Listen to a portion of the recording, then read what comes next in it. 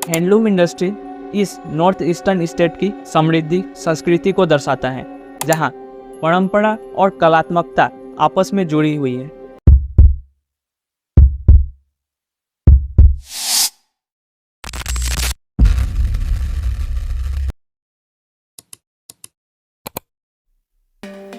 आज हम बातें करेंगे असम के हैंडलूम इंडस्ट्री के बारे में। इस वीडियो में हम कवर करेंगे असम के सिल्क और मुगा के इतिहास के बारे में, जानेंगे वर्तमान स्थिति को और ये भी जानेंगे कि कैसे हैंडलूम इंडस्ट्री बुनकरों के सामाजिक और आर्थिक विकास में योगदान है। हमारी कहानी शुरू होती है असम के केंद्र से, जहां परंपरा और कलात्मकता आपस में जुड़ी हुई है। असम हैंडलूम, जो अपने जटिल डिज़ाइन और मंत्रमुग्ध कर देने वाले रंगों और अनूठी बुनाई के तकनीकों के लिए जाना जाता है। हैंडलूम इंडस्ट्री इस नॉर्थ ईस्टर्न स्टेट की समृद्धि संस्कृति को दर्शाता है।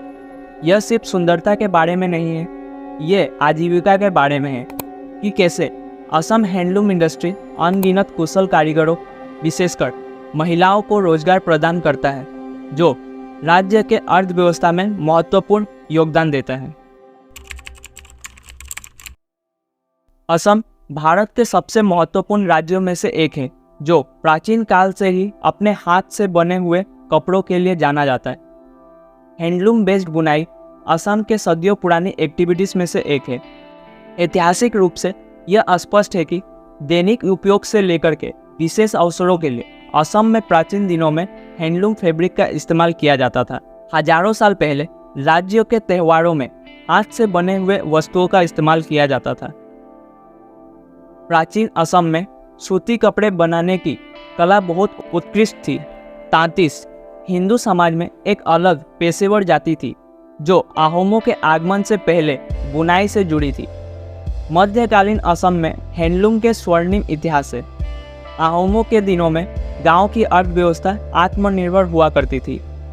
आत्मनिर्भर बनने में हैंडलूम इंडस्ट्री की बहुत बड़ी भूमिका थी। मध्यकाल में रेशम की गतिविधियां मुख्यतः प्रकृति द्वारा निर्मित पर्यावरण पर निर्भर थी। उस समय उपयोग करने के लिए सिल्क के 3 वेराइटीज होते थे।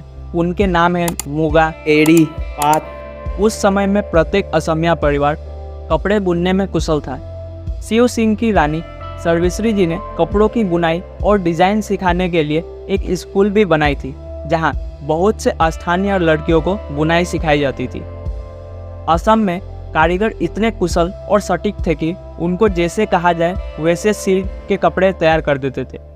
कहा जाता है कि महान समाज सुधारक श्री शंकरदेव ने कोच राजा नर नारायण सिंह के लिए कपड़े का एक बड़ा टुकड़ा तैयार किया था, जिसे वृंदावनी कपड़ा कहा जाता था, जिसमें भगवान श्री कृष्ण के प्रारंभिक जीवन के दृश्यों को दर्शाया गया था।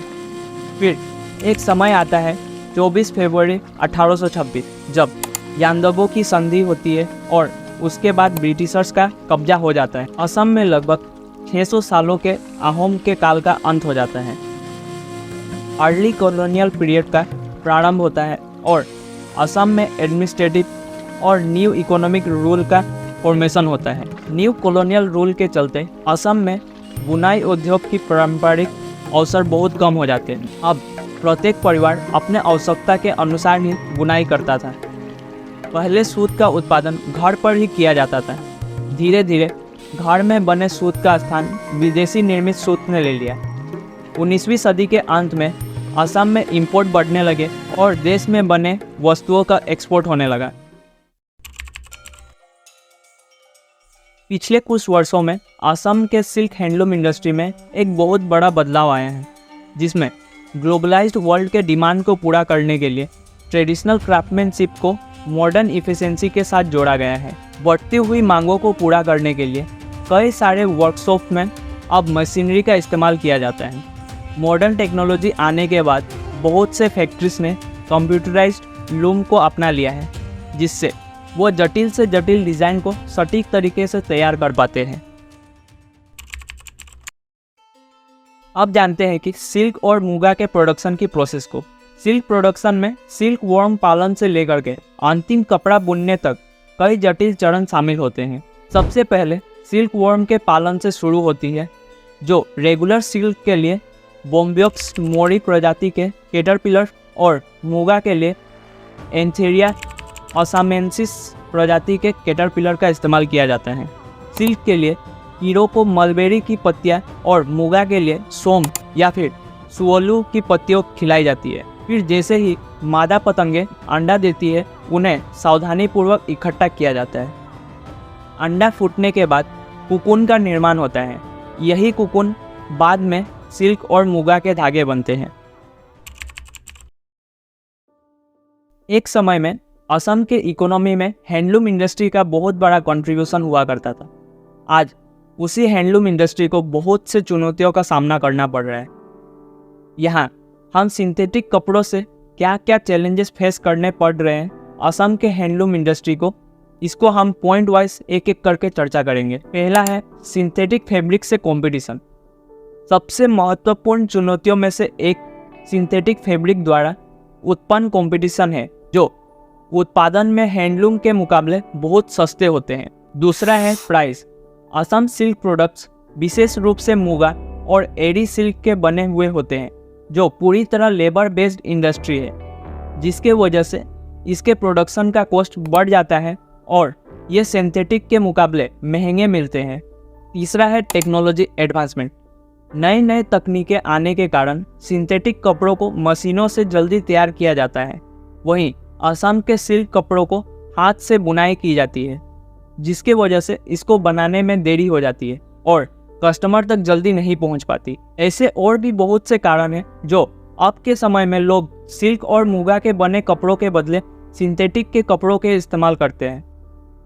आज भी लोग पुराने तरीके के बने हुए सिल्क और मूगा के कपड़े खरीदना तो चाहते हैं, परंतु वो इंतजार करना नहीं चाहते।